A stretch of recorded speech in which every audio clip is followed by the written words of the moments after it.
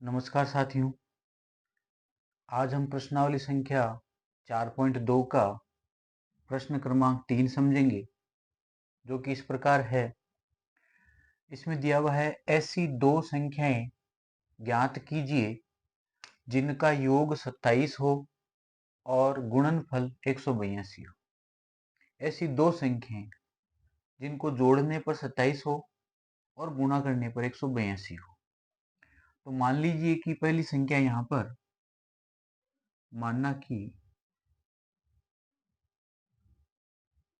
पहली संख्या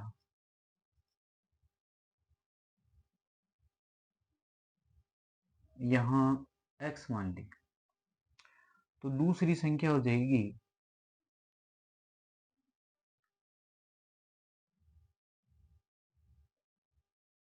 जैसा कि इसमें कहा है कि दोनों संख्याओं का योग 27 है, तो 27 में से एक संख्या x हो गई, तो दूसरी संख्या हो जाएगी 27 माइनस एक्स।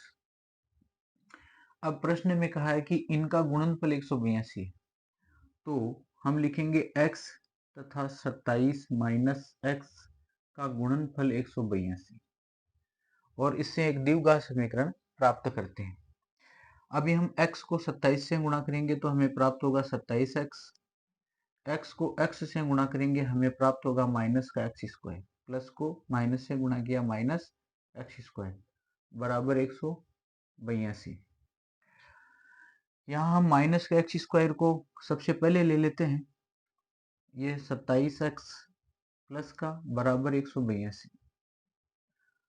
अभी इस माइनस का यहाँ चिन्ह जो है इसको हटा देंगे, तो ये हो जाएगा प्लस का एक्स स्क्वायर, ये हो जाएगा माइनस का 27x और ये हो जाएगा माइनस का 182। अब द्विघात समीकरण के रूप में इसे लिखेंगे तो यहाँ हम प्राप्त करेंगे एक्स स्क्वायर माइनस 27x, इसको बराबर के बाईं तरफ ले लेते हैं, तो ये हो जाएगा प्लस का 182 बराबर उस तरफ जीरो छोड़ देते हैं। तो ये हमें एक द्विघात समीकरण प्राप्त हुआ और इस द्विघात समीकरण के सरलीकरण करके हम दोनों संख्याएं ज्ञात करेंगे।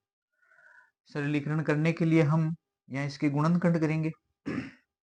जब द्विघात समीकरण के गुणनखंड करते हैं तो हम एक्स स्क्वायर का गुणांक तथा अचर पद इन दोनों को गुणा करते हैं।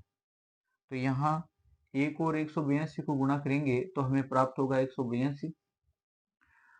अब हम 182 के सर्वसंभव गुणनखंड करेंगे और उन सर्वसंभव गुणनखंडों में से उन संख्याओं को का चयन करेंगे जिनको जोड़ने पर या घटाने पर 27 प्राप्त हो जाए। तो यहाँ सर्वसंभव गुणनखंड 1 का भाग 182 में देंगे तो 182, 2 का भाग 182 में देंगे तो 9 दूनी 18, 2 एकम 2, 3 का भाग 182 में जाएगा नहीं और 4 का भाग भी 182 में जाएगा नहीं। सीधा इसमें 7 का भाग जाएगा। 7 का भाग देंगे तो 7 दूनी 14, बच गए 4 42, 7 छिंगो 42। फिर इसमें 8 का भाग भी नहीं जाएगा। अब हम देखेंगे कि 7 के बाद सीधा 13 का भाग जाएगा और वो 14 बार जाएगा। इन सर्वसंभव गुणनखंडों में से उनका हम चयन करते हैं जिनको जोड़ने पर या घटाने पर 27 प्राप्त हो जाए। तो हम देख रहे हैं यहाँ 27 प्राप्त करने के लिए अपना ये जो है 13 और 14, इस गुणनखंड में इन दोनों को जोड़ने पर 27 प्राप्त हो रहा है। हम इसको S और P नाम दे देते हैं। यहाँ 13 और 14, यहाँ माइनस का 27 लाना है तो हम इन दोनों को माइनस के चिन्ह दे देते हैं और ये SP जो है हम यहाँ 27 की जगह लिखेंगे। यहाँ एक्स स्क्वायर को हम एक्स स्क्वायर ही लिखेंगे तथा माइनस 27x है उसकी जगह माइनस का 13x और माइनस का 14x हम लिखेंगे प्लस 182 बराबर 0। ये अपना रफ कार्य रहेगा। अब यहाँ हम देखेंगे, यहाँ 4 पद बन गए हैं, 1 2 3 4। इन 4 पदों में से दो पदों में से हम कॉमन निकालेंगे, इन 2 पदों में से निकालेंगे तथा इन 2 पदों में से निकालेंगे। हम देख रहे हैं कि इनमें कॉमन जो है x प्राप्त हो रहा है। जिस संख्या को हमने कॉमन लिया है उस संख्या का वापस दोनों पदों में भाग देंगे, तो x का भाग x स्क्वायर में देंगे तो x, और x का भाग 13x में देंगे तो माइनस का 13 हमें प्राप्त होगा। इसी प्रकार 14 और 182 में से कॉमन निकालेंगे, तो 182 को हम 14 गुणा 13 के रूप में लिख सकते हैं, क्योंकि 14 गुणा 13 182 होता है। तो यहाँ 14 तथा इधर 14 कॉमन आ जाएगा, या माइनस का चिन्ह माइनस ही कॉमन ले लेंगे। 14, फिर जिस संख्या को कॉमन लिया उसका वापस भाग देंगे, तो 14 का भाग -14 में देंगे, 14 से 14 कटेगा, हमें प्राप्त होगा x। इधर माइनस का भाग प्लस में देंगे, हमें प्राप्त होगा माइनस। 14 का भाग 182 में देंगे, अर्थात 14 से 14 कटेगा तो हमें प्राप्त होगा 13 बराबर 0। अब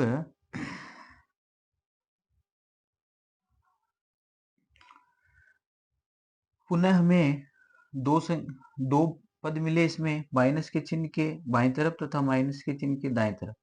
इन दोनों पदों में से हम देख रहे हैं कि ये कोष्टक जो है दोनों तरफ हमें कॉमन मिल रहा है, तो इस कोष्टक को हम पुनः कॉमन लेंगे। x माइनस 13 हमने कॉमन ले लिया। अब इस x माइनस 13 का भाग इस पद में देंगे, तो x माइनस 13 से x माइनस 13 कटेगा, हमें मिलेगा x। इसी प्रकार x माइनस 13 से x माइनस 13 कटेगा, हमें मिलेगा -14, और ये हमें इसके गुणनखंड प्राप्त हुए। अब इन गुणनखंडों से इसके मूल प्राप्त करेंगे और उनसे हम दी गई समस्या का सरलीकरण करेंगे। तो यहाँ x माइनस 13 के लिए हम एक समीकरण तैयार करेंगे तथा x माइनस 14 के लिए भी एक समीकरण तैयार करेंगे। यहाँ x का मान हम निकालेंगे तो हमें प्लस का 13 तथा यहाँ x का मान हमें प्लस का 14 प्राप्त होगा। जैसा कि प्रश्न में दिया है कि ऐसी दो संख्याएं ज्ञात कीजिए जिनका योग 27 हो। तो उनमें पहली संख्या हमने x मानी थी, तो हम लिखेंगे पहली संख्या यहाँ मिलेगी हमें 13 या 14 दोनों में से कोई एक मान लेते हैं, और दूसरी संख्या जो कि 27 माइनस x मानी थी, तो 27 में से 13 घटाएंगे तो हमें मिलेगा 14, और यह दो संख्याएं हैं जिनका योग 27 तथा इनका गुणनफल 182 होगा। अब हम देखते हैं इसका अगला प्रश्न।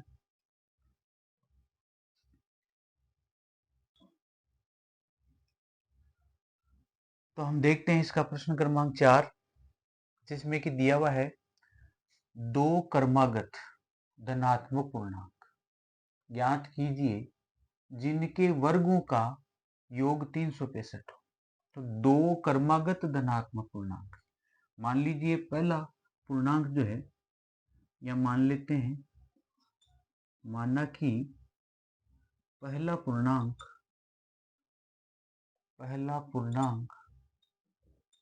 हमने मान लिया x, और दूसरा पूर्णांक हो जाएगा x प्लस 1, क्योंकि क्रमागत कहा है, एक पूर्णांक और उसे अगला पूर्णांक ज्ञात करने के लिए हम एक जोड़ेंगे। तो दो क्रमागत पूर्णांक ज्ञात कीजिए जिनके वर्गों का योग, इनके वर्गों का योग, जैसे x के वर्ग तथा x प्लस 1 का वर्ग तथा इनका योग, इनके वर्गों का योग हमें बताया है 365, और उन पूर्णांकों को हम ज्ञात करेंगे। तो हम पहले इसका सरलीकरण करके द्विघात समीकरण बना लेते हैं। यहाँ x स्क्वायर प्लस 1 का होल स्क्वायर को हम खोलेंगे, यहाँ x प्लस 1 का होल स्क्वायर इसको खोलेंगे, तो इसके लिए एक सर्व समीका है a प्लस बी का होल स्क्वायर, अर्थात a square plus 2ab plus b का स्क्वायर, अर्थात यहाँ a का स्क्वायर x का स्क्वायर 2 गुणा a यानी x, b यानी 1 और फिर 1 का स्क्वायर। तो हम देख रहे हैं एक्स स्क्वायर ये हो जाएगा 2x और ये हो जाएगा 1। तो इस कोष्टक की जगह हम लिख सकते हैं x square plus 2x plus 1 बराबर 365।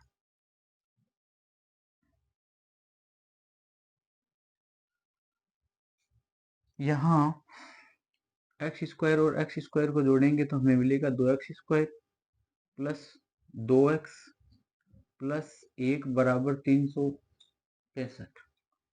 आगे इसका सरलीकरण करेंगे,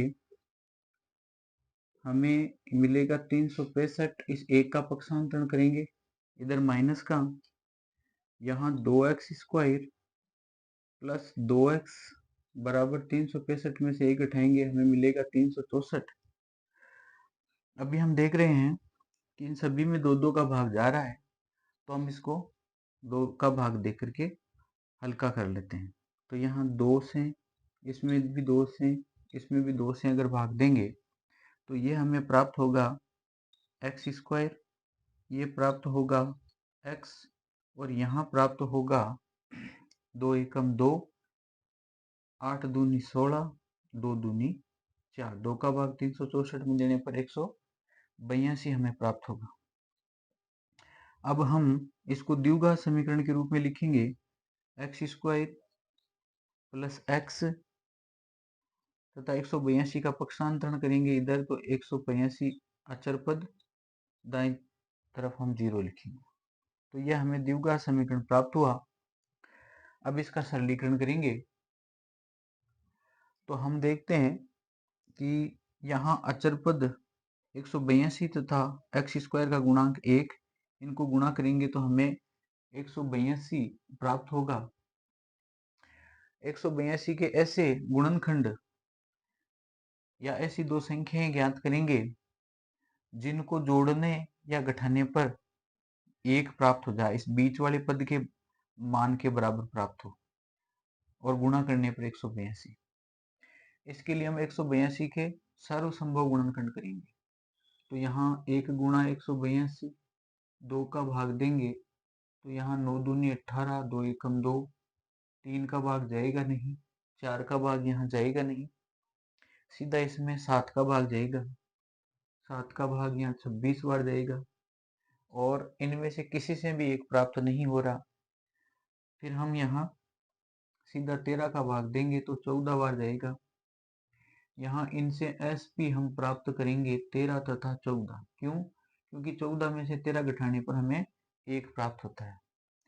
प्लस का 1 लाना है, यहाँ प्लस का 1 लाना है तो इस 13 और 14 में से बड़ी संख्या को हम प्लस का चिन्ह दे देंगे और छोटी संख्या को माइनस का, जिससे कि सरलीकरण इनका प्लस का 1 है। अब हम यहाँ इस समीकरण में x की जगह 13 तथा 14 लिखेंगे। तो हम लिखेंगे एक्स स्क्वायर, जहाँ x है वहां पर हम लिखेंगे माइनस का 13 x प्लस का 14x और माइनस 182 बराबर 0।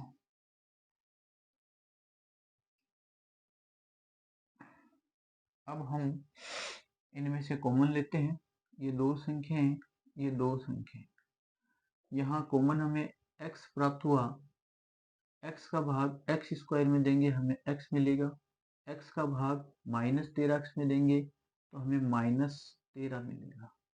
इनमें 14 हमें कॉमन मिल रहा है, 182 में 14 गुणा 13 होता है, तो 14 14 दोनों तरफ कॉमन मिला और यहाँ हम 14 से 14 को काटेंगे तो हमें मिलेगा x, या 14 से 14 को काटेंगे हमें मिलेगा 13, प्लस का भाग माइनस में देंगे माइनस का 13।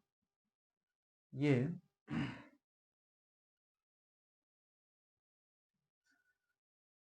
हमें इसमें प्राप्त हो गए, 4 से 2 पद बन गए, प्लस के चिन्ह के बाईं तरफ तथा प्लस के चिन्ह के दाईं तरफ दूसरा पद।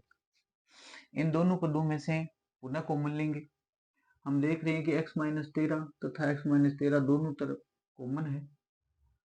x माइनस 13 को हम यहाँ लिखेंगे और जिसको कॉमन लिया है उसका भाग वापस पद में देंगे तो x माइनस 13 से x माइनस 13 कट जाएगा, हमें मिलेगा x। इसी प्रकार x माइनस 13 से x माइनस 13 कट जाएगा, हमें मिलेगा 14 बराबर 0। ये इसके गुणनखंड हो गए। अब इन गुणनखंडों से हम मूल प्राप्त करेंगे। यहाँ x माइनस 13 बराबर 0 तथा यहाँ x प्लस 14 बराबर 0। यहाँ x का मान हमें प्राप्त हुआ प्लस का 13, यहाँ x का मान प्राप्त हुआ माइनस का 14। अब यहाँ दो क्रमागत धनात्मक पूर्णांक ज्ञात करने थे। पहला हमने x माना था, अब धनात्मक पूर्णांक ज्ञात करने थे, इसलिए यहाँ माइनस 14 को हम रद्द कर देंगे। हम लिखेंगे माइनस 14 को रद्द किया जाता है, रद्द किया गया, क्योंकि ये ऋणात्मक मान है, क्योंकि यह ऋणात्मक मान है।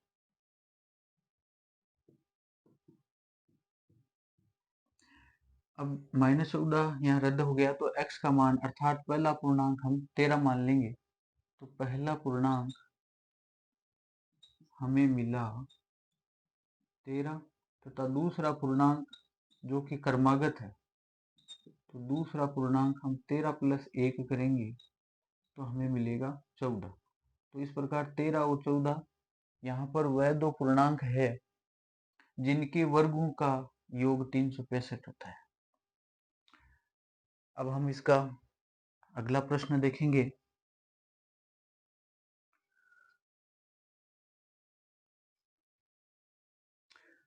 तो आइए देखते हैं प्रश्न क्रमांक 5, जिसमें दिया हुआ है एक समकोण त्रिभुज। तो यहाँ एक समकोण त्रिभुज ले लेते हैं, ऐसा त्रिभुज जिसका एक कोण 90 डिग्री हो। एक समकोण त्रिभुज की ऊंचाई इसके आधार से 7 सेंटीमीटर कम है। इसकी ऊंचाई इसके आधार से 7 सेंटीमीटर कम है। तो मान लीजिए कि इसका आधार जो है x है, इसकी ऊंचाई आधार से 7 कम है, तो इसकी ऊंचाई हो जाएगी x माइनस 7 तथा इसका कर्ण 13 सेंटीमीटर, तो कर्ण को हमने 13 सेंटीमीटर मान लिया। अन्य दो भुजाएं ज्ञात कीजिए। अन्य दो भुजाएं अर्थात उसका आधार तथा उसकी ऊंचाई हमें ज्ञात करनी है। तो हम मान लेते हैं कि इसका आधार x सेंटीमीटर है। माना कि आधार बराबर x सेंटीमीटर तथा ऊंचाई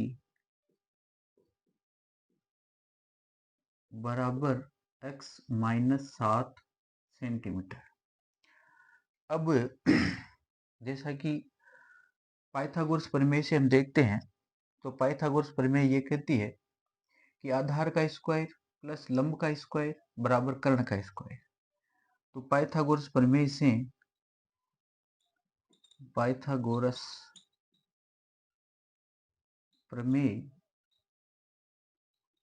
से हम देखेंगे कि आधार का स्क्वायर प्लस लंब का स्क्वायर बराबर कर्ण का स्क्वायर। तो आधार यहाँ x है तो x का स्क्वायर, लंब यहाँ पर x माइनस 7 है तो x माइनस 7 का स्क्वायर बराबर कर्ण यहाँ 13 है तो 13 का स्क्वायर। अब हम इसका सरलीकरण करके द्विघात समीकरण बनाते हैं। यहाँ x square plus x minus 7, तो एक सर्व समीकरण है a माइनस बी का होल स्क्वायर। उस सर्व समीकरण को हम ऐसे लिखते हैं a square minus 2ab plus B square. यहाँ है x माइनस 7 का होल स्क्वायर, तो हम लिखेंगे x का स्क्वायर माइनस 2 गुणा x गुणा 7 ab प्लस 7 का स्क्वायर, यहाँ हो जाएगा एक्स स्क्वायर 7 दूनी 14x और 7 7 49। तो इस x माइनस 7 स्क्वायर की जगह हम लिख लेंगे x square minus 14x plus 49 बराबर इधर 13 13 169 लिख लें।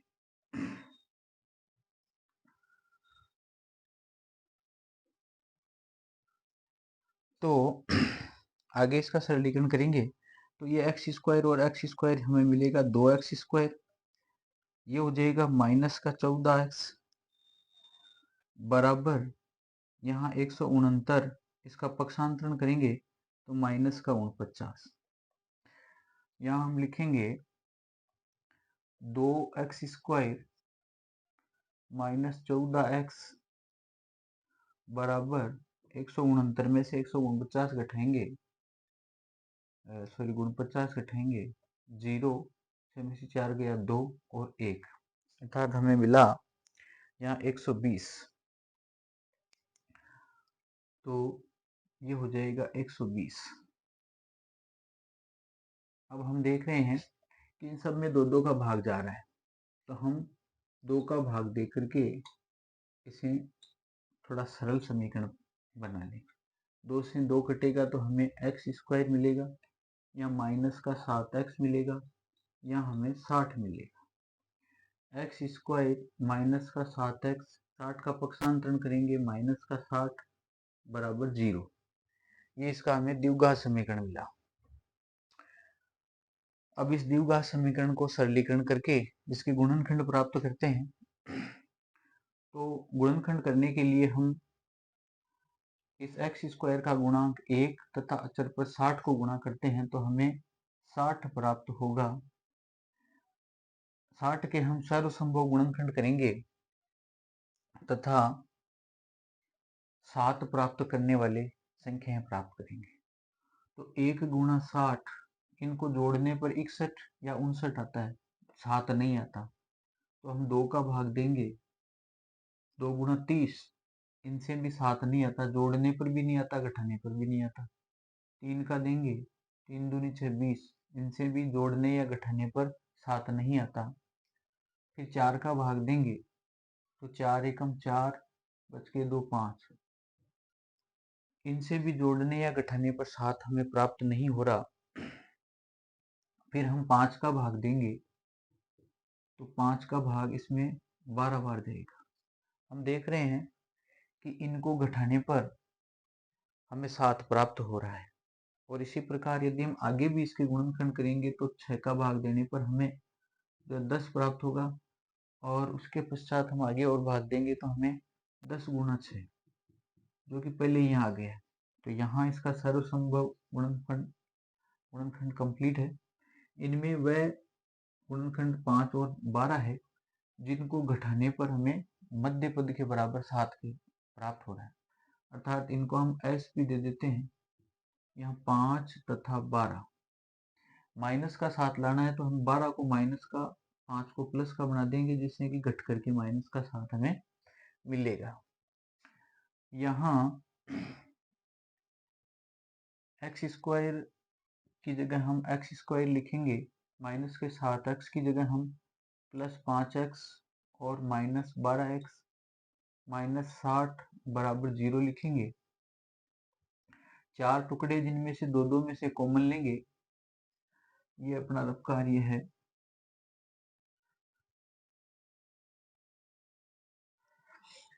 यहाँ कॉमन मिला हमें x का भाग एक्स स्क्वायर में देंगे, हमें मिलेगा x का भाग 5x में देंगे, हमें मिलेगा 5, या माइनस का 12 कॉमन में ले लेंगे। 60 को हम जो है 5 गुणा 12 के रूप में लिखते हैं, तो 12 को हटा दिया यहाँ से तो हमें मिलेगा 5, यानी यहाँ 12 से 12 हटेगा तो यहाँ तो मिलेगा x।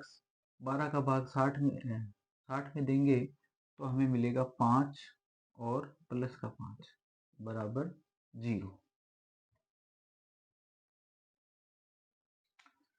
अब इस माइनस के चिन्ह के बाईं तरफ एक पद और इसके दाईं तरफ दूसरा पद, इन दोनों पदों में से पुनः हम कॉमन लेंगे, यहाँ x प्लस 5 कॉमन प्राप्त हुआ। यहाँ देखिए x प्लस 5 से x प्लस 5 कटेगा तो हमें मिलेगा x। यहाँ x प्लस 5 से x प्लस 5 कटेगा, हमें मिलेगा 12 बराबर 0। ये हमें गुणनखंड प्राप्त हुए। इन गुणनखंडों से हम जो है मूल ज्ञात करेंगे। तो x प्लस 5 को हम एक समीकरण के रूप में लिखेंगे, x माइनस 12 को भी हम एक समीकरण के रूप में लिखेंगे।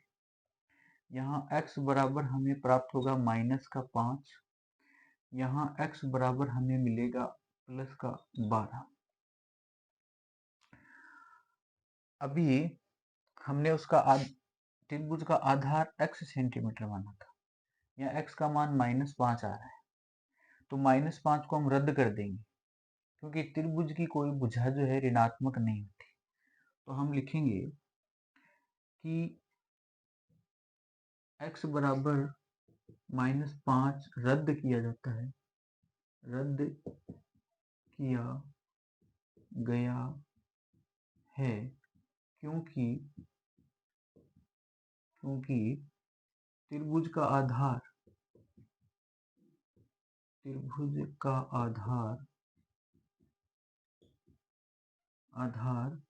ऋणात्मक नहीं होता है, ऋणात्मक नहीं होता है। तो ये तो रद्द हो जाएगा तथा x बराबर 12 अर्थात आधार, अतः हमें आधार मिलेगा, अतः आधार हमें प्राप्त हुआ 12 तथा इसकी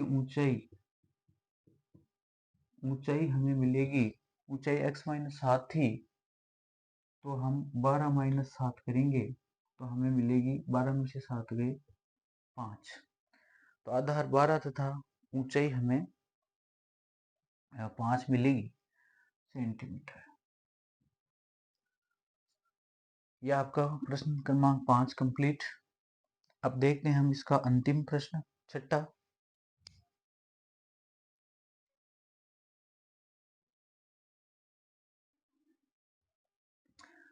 आइए देखते हैं प्रश्न क्रमांक 6, जिसमें दिया हुआ है एक कुटीर उद्योग एक दिन में कुछ बर्तनों का निर्माण करता है, एक दिन में कुछ बर्तनों का निर्माण करता है। मान लेते हैं कि माना कि एक दिन के बर्तनों की संख्या, एक दिन के बर्तनों की संख्या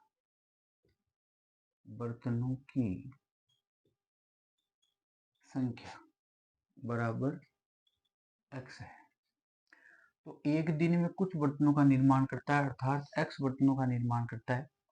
आगे बताया है एक विशेष दिन ये देखा गया कि प्रत्येक नग की निर्माण लागत, यानी जो बर्तन बना रहा है उसमें प्रत्येक नग की यानी एक बर्तन की निर्माण लागत उस दिन के निर्माण किए गए बर्तनों की संख्या के दुगुने से 3 अधिक है। तो एक बर्तन की निर्माण लागत, एक नग की निर्माण लागत, एक नग की निर्माण लागत कहा है उस दिन जितने बर्तन बनाए थे, बर्तनों की निर्माण किए गए बर्तनों की संख्या के दुगुने, बर्तनों की संख्या के दुगुने से 3 अधिक थी, यानी एक नग की निर्माण लागत ये थी। अब कहा है कुल निर्माण लागत 90 थी। तो प्रश्न के अनुसार एक बर्तन की लागत को कुल बर्तनों की संख्या से गुणा करेंगे तो हमें कुल निर्माण लागत प्राप्त होगी। तो यहाँ निर्माण किए गए बर्तनों की संख्या x तथा एक बर्तन की निर्माण लागत 2x प्लस 3, इनको यदि गुणा करेंगे तो हमें टोटल लागत मिलेगी, टोटल लागत 90 रुपये। अब हम निर्मित बर्तनों की संख्या ज्ञात करेंगे अर्थात x का मान जो आएगा वो निर्मित बर्तनों की संख्या होगी और प्रत्येक नग की लागत के लिए हम 2x प्लस 3 के हिसाब से गणना करेंगे। इसका सरलीकरण करके हम द्विघात समीकरण बना लेते हैं। 2x को x से गुणा किया, हमें मिला 2x स्क्वायर। x को 3 से गुणा करेंगे, हमें मिलेगा 3x बराबर हमें मिला 90। यहाँ 2x स्क्वायर प्लस 3x 90 का पक्षांतरण करेंगे, माइनस का 90 बराबर 0। यह हमें द्विघात समीकरण मिला। अब इसके गुणनखंड करेंगे और गुणनखंड करने के लिए हम SP का चयन करते हैं। तो अचर पद 90 तथा x स्क्वायर का गुणांक 2, इन दोनों को गुणा करेंगे तो हमें प्राप्त होगा 180, 9 दूना 18, 180। अब 180 के सर्वसंभव गुणनखंड करके उनमें से दो संख्याएं ऐसी प्राप्त करेंगे कि हमें 3 प्राप्त हो जाए। तो 180 के हम सर्वसंभव गुणनखंड करेंगे, तब तक करते जाएंगे जब तक कि हमें 3 प्राप्त नहीं हो। 180 के लिए हम 1 गुणा 180, 2 गुणा 90, 3 छत्री 18, 4 4 चौक 16, 17 18, 5 चौका 20, 4 गुणा 45, 5 का भाग यदि देंगे तो हमें 36 प्राप्त होगा और 6 का भाग देंगे, छत्री 18, 30 प्राप्त होंगे। इनमें से किसी से भी जोड़ने या घटाने पर 3 प्राप्त नहीं हो रहा, तो हम और आगे करेंगे। 9 का भाग देंगे तो हमें 9 दूनी 18 अर्थात 9 गुणा 20, इससे भी हमें 3 प्राप्त नहीं होगा। अगर हम 10 का भाग देंगे तो हमें 18 प्राप्त होगा और इससे भी हमें 3 प्राप्त नहीं हो रहा। 10 के बाद हमें 11 का जाएगा नहीं, 12 का भाग देंगे जो कि 15 बार जाएगा। 12 और 15 को घटाएंगे तो हमें 3 प्राप्त होगा, अर्थात SP के लिए ये गुणनखंड उपयुक्त होंगे 12 तथा 15। हमें प्राप्त करना है 3, प्लस का 3 प्राप्त करना है तो 12 को माइनस का तथा 15 को प्लस का, इनका सरलीकरण हमें प्लस का 3 मिल रहा है। तो यहाँ इस 3x की जगह हम माइनस 12x और 15x लिखेंगे। यहाँ 2x square minus 12x plus 15x और माइनस 90 बराबर 0। अब हम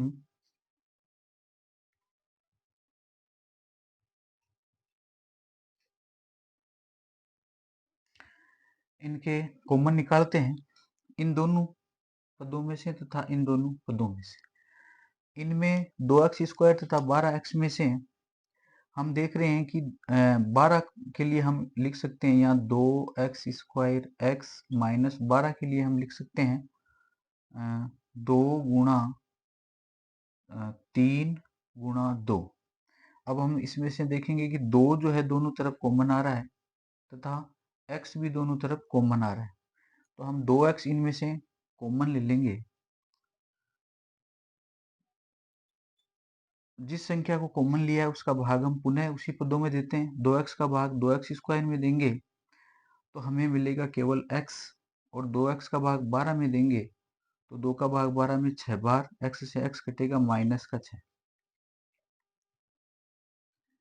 माइनस का 6 हमें मिलेगा। यहाँ 15 और 90 में से 15 को हमने कॉमन ले लिया, 15 से 15x काटेंगे x, 15 का भाग 90 में देंगे तो ये भी 6 बार जाएगा, माइनस का 6, प्लस का भाग माइनस में माइनस बराबर 0। अब हम देख रहे हैं कि यहाँ 2 पद और मिल गए, प्लस के चिन्ह के बाईं तरफ तथा प्लस के चिन्ह के दाईं तरफ।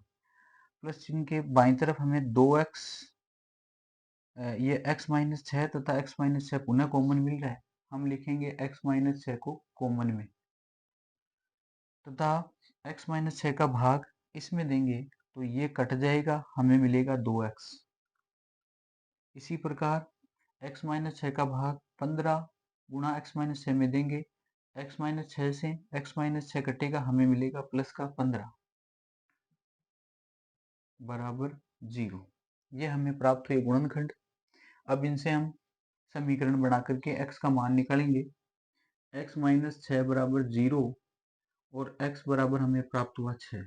इसी प्रकार 2x प्लस 15 बराबर 0, तो ये प्राप्त होगा हमें माइनस का 15, अर्थात x बराबर माइनस का 15 बटे 2। तो x के दो मान प्राप्त हुए, x बराबर 6 तथा माइनस 15 बटा 2। हमने बर्तनों की संख्या को x माना था।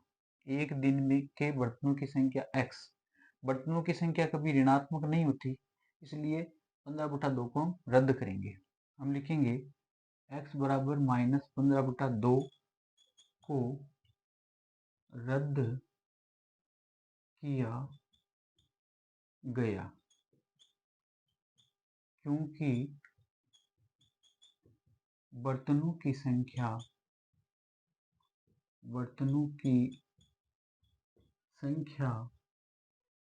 ऋणात्मक नहीं होती,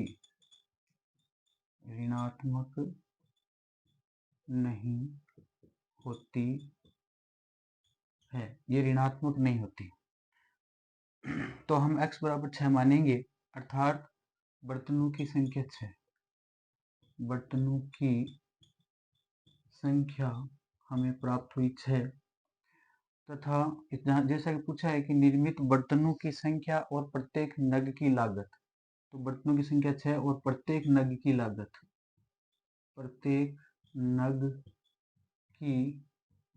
लागत हमने मानी थी 2x + 3, अर्थात 2 × 6 + 3, तो 6 दूनी 12 + 3 अर्थात 15। तो प्रत्येक नग की लागत 15 तथा बर्तनों की संख्या हमें प्राप्त हुई 6। इस प्रकार यह आपकी प्रश्नावली संख्या 4.2 कंप्लीट है। धन्यवाद।